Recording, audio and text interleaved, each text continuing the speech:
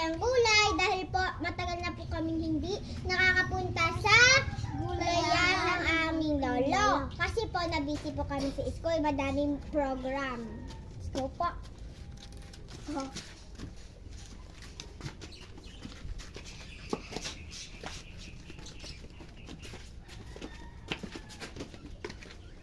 Hello guys! Ngayon po, papasok na po kami sa gulayan ng aming lolo. Hello guys! May nakikita na agad ako. Guys, mga sunod na sili na po. Tara, ipitasin. Ano yung maguntigin na ito? Ipitasin.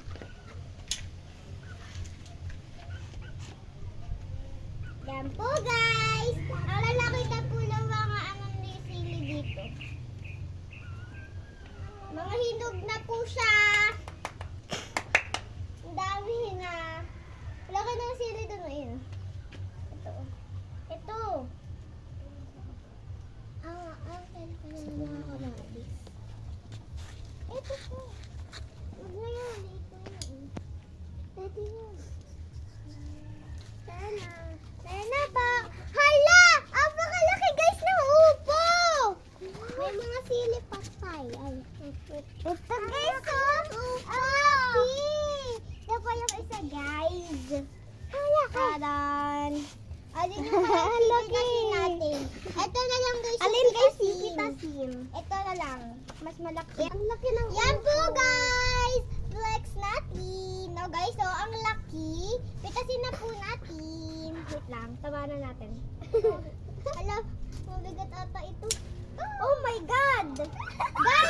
Guys, kasi laki na po ng pinsan ko. Hoy, laki ako dyan. Ayan, ganyan po siya kalaki. Yeah, let's go!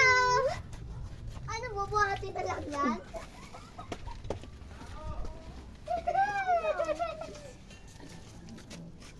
Ay, pipitasin din ba to?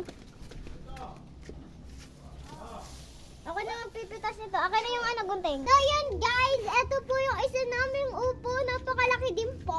So, di ko po namin pipitasin. Isa lang po muna pipitasin. Meron pa po isa. Tara, puntahan po natin. So, yan guys. Pupuntahan na po natin ang pangatlong upo ni Lolo. Uy, pahirapan dumaan. Ayun guys, ang pinakadula. Tara, puntahan po natin. Mukhang malalamok pa ako dito.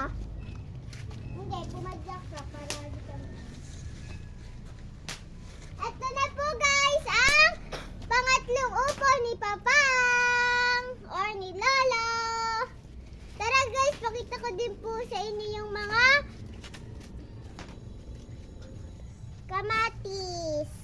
Ito na pa, ipeplex ko po sa inyo.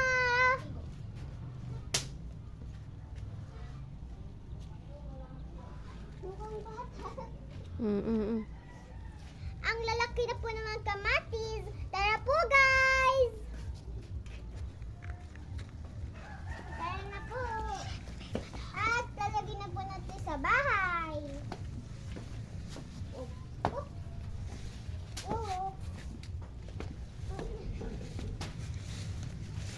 Ito po guys yung upo na napitas namin. Grabe po. Hanggang dito na po sa dibdib ko. Napakataas. Tara po guys. Ipunta na po nito sa bahay.